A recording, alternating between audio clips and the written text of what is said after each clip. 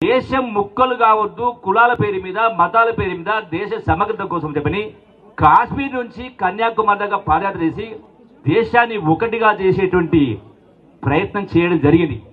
ఈ మధ్య కాలంలో రాహుల్ గాంధీ గారు సమాజంలో ఉన్నటువంటి కులాల దామాస పద్ధతిలో ఉద్యోగాలైనా చదువులైనా వాళ్ళ హక్కు కులగణన చేపట్టాలని చెప్పని నినదించి ఇలా తెలంగాణ రాష్ట్రంలో ఏ విధంగా అయితే కులగణన చేయడం జరిగిందో అదే పద్ధతిలో ప్రధానమంత్రిని మోడీని హెచ్చరిస్తూ దమ్ము ధైర్యం ఉంటే భారతదేశం మొత్తంలో కూడా ఈ కులగణన చేపట్టి బీసీలైన అన్ని కులాల వాళ్ళు కూడా వాళ్ళ జనాభా నిష్పత్తి ప్రకారం వాళ్లకు రిజర్వేషన్ హక్కు కల్పించాలని నినదించడం జరిగింది.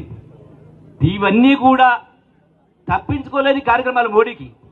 అందుకనే ఈ కుటుంబం యొక్క ప్రతిష్టను దిగజార్చితే ఈడీలో సిబిఐలో పెట్టి భయపెడతారంటే ప్రాణత్యాగం చేసిన వాళ్ళు, యావత్ ఆస్తిని దారాదత్తం చేసిన వాళ్ళు, సంవత్సరాల కొద్ది జైల్లో ఉన్నవాళ్ళు ఇవాళ గాంధీ కుటుంబాన్ని మీ తరం అవుతుందా వాళ్ళ ప్రతిష్ట మార్చడానికి, పరిస్థితి దిగడానికి?